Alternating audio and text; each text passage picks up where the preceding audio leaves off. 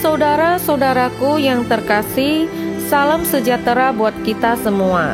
Tolong dukung channel Kristiani Tube dengan subscribe dan nyalakan lonceng notifikasinya.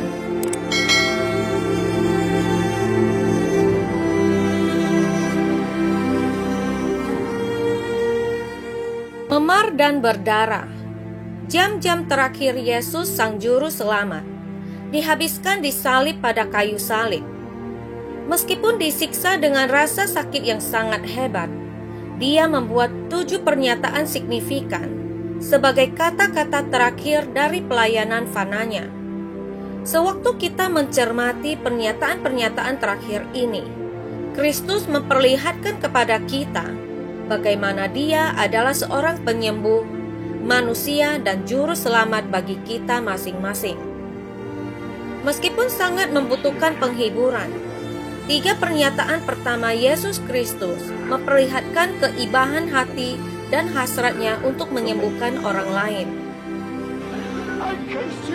Pernyataan pertama diucapkan sewaktu para prajurit menyalibkan dia. Yesus berfirman, "Ya Bapa, ampunilah mereka sebab mereka tidak tahu apa yang mereka perbuat." Terdapat pada Lukas 23 ayat 34. Hebatnya, Yesus Kristus dengan murah hati memohon belas kasihan bagi mereka yang menyalibkannya. Dia memperlihatkan melalui teladan apa yang dia ajarkan selama khotbah di bukit, bahwa kita hendaknya mengasihi musuh-musuh kita dan berdoa bagi mereka yang menghina dan menganiayai kita, yang terdapat pada Matius 5 ayat 44. Kristus mengajari kita bagaimana kita hendaknya bersedia mengulurkan pengampunan dan belas kasihan bahkan ketika itu tidak pantas diminta atau diakui. Pernyataan kedua Yesus juga memperlihatkan kasih sayang yang lemah lembut untuk orang lain, bahkan ketika dia sendiri menderita. Ketika Yesus disalib di antara 2 pencuri, salah satu dari mereka mencelanya dengan mengatakan, "Bukankah engkau adalah Kristus?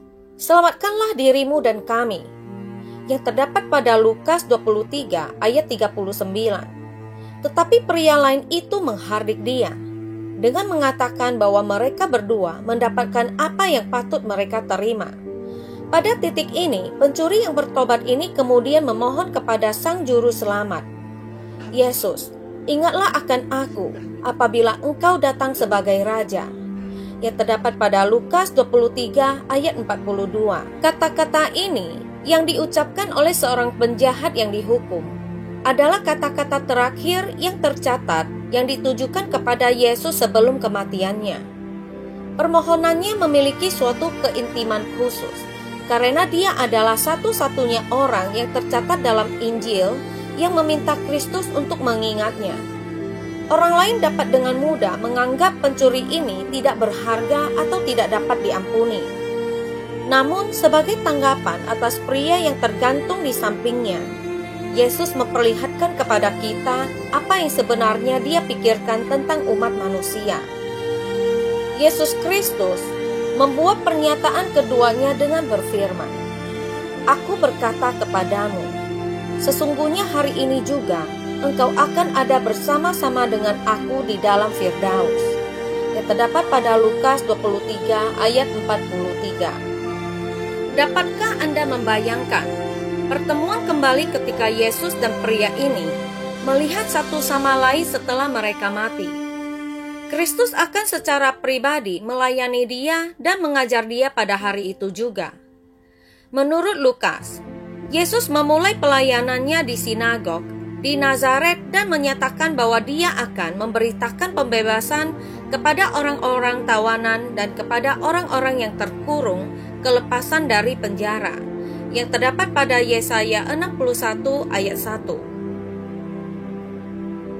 Betapa tepatnya bahwa dia mengakhiri pelayanan fananya dengan menyatakan kebebasan kepada orang yang secara jasmani terikat pada kayu salib dan secara rohani terikat oleh dosa.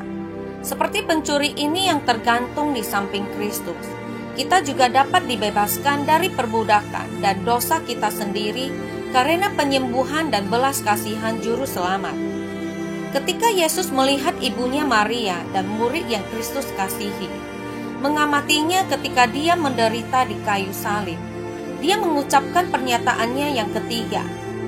Pertama kepada Maria, "Ibu, inilah anakmu," yang terdapat pada Yohanes 19 ayat 26. Kemudian dia berkata kepada murid terkasih yang seringkali dianggap sebagai Yohanes, "Inilah ibumu," yang terdapat pada Yohanes 19 ayat 27. Bahkan dalam penderitaan terbesarnya, Yesus berfokus pada kebutuhan ibunya. Dia memperlihatkan teladan bagaimana mematuhi perintah yang dia berikan untuk menghormati ayah dan ibumu, yang terdapat pada Matius 19 ayat 19 dan terdapat pada Keluaran 20 ayat 12. Dalam Yohanes, mukjizat pertama yang Kristus lakukan adalah atas permintaan ibunya dengan mengubah air menjadi anggur. Di sini, sekali lagi Kristus dengan penuh kasih memenuhi kebutuhannya bahkan pada saat yang paling dia butuhkan. Dia mengilhami kita untuk melihat keluar, bahkan ketika kita sedang menderita. Yesus Kristus menunjukkan kuasanya yang menyembuhkan dengan mengampuni para prajurit, menghibur pencuri yang disalibkan di sebelahnya, dan menghormati ibunya. Sama seperti Yesus bertemu dengan mereka di mana mereka berada dulunya, Dia juga akan menemui kita di mana kita berada sekarang, bahkan mereka yang melakukan kesalahan yang besar.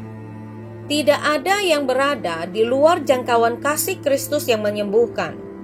Dalam dua pernyataan berikutnya, kita diingatkan bahwa meskipun Bapanya adalah Allah kita yang kekal, Yesus dilahirkan dari seorang wanita fana.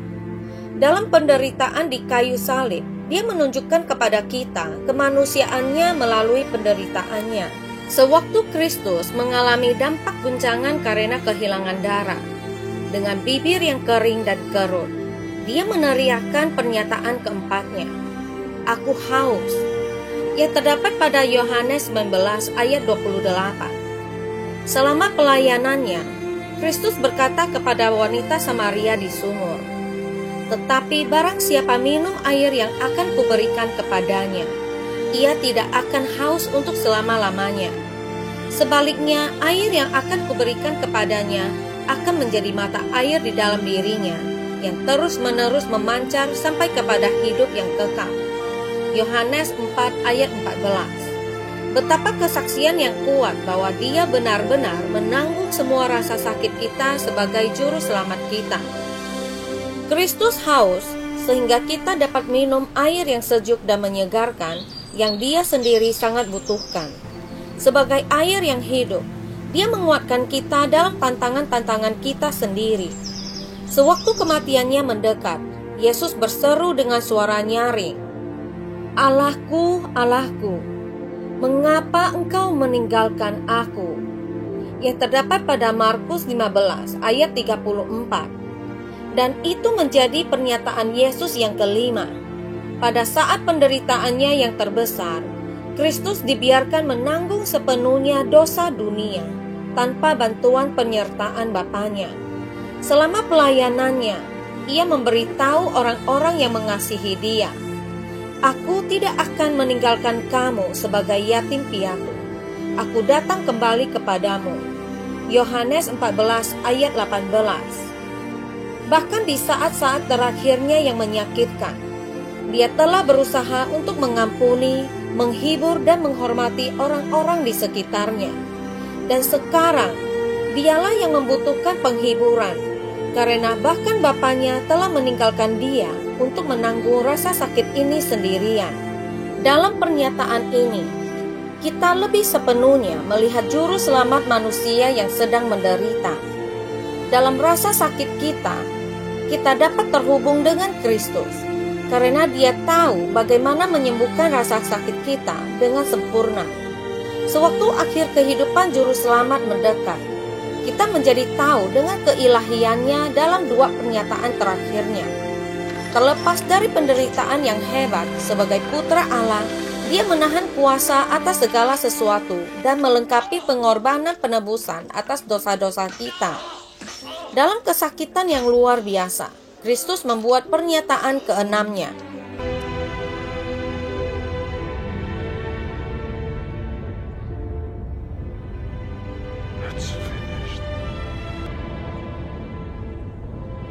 Sesudah Yesus meminum anggur asam itu, berkatalah dia, "Sudah selesai." Lalu dia menundukkan kepalanya dan menyerahkan nyawanya. Yohanes 19 ayat 30. Sebelumnya, dalam pelayanannya, Yesus mengajarkan bahwa tujuannya adalah mematuhi kehendak Dia yang mengutusnya dan menyelesaikan pekerjaan yang Dia berikan kepadanya untuk dilakukan. Makananku ialah melakukan kehendak Dia yang mengutus aku dan menyelesaikan pekerjaannya. Yohanes 4 ayat 34. Meskipun bumi dan neraka bersatu melawannya, haus, ditinggalkan dan dalam rasa sakit yang menyiksa, Kristus sesungguhnya telah menyelesaikan pekerjaan yang telah Bapanya tugaskan untuk Dia lakukan. Kita dapat yakin bahwa bahkan ketika kehidupan kita berputar di luar kendali, Kristus sepenuhnya memegang kendali. Dia selalu memegang kendali. Akhirnya, saat-saat sebelum Yesus mengakhiri pelayanan fananya di bumi, Dia berseru, "Ya Bapa, ke dalam tangan-Mu kuserahkan nyawaku." Lukas 23 ayat 46. Mungkin kata kunci dalam pernyataan ketujuh dan terakhir ini mengindikasikan hak pilihan pribadi juru selamat. Dia bersedia menyerahkan hidupnya.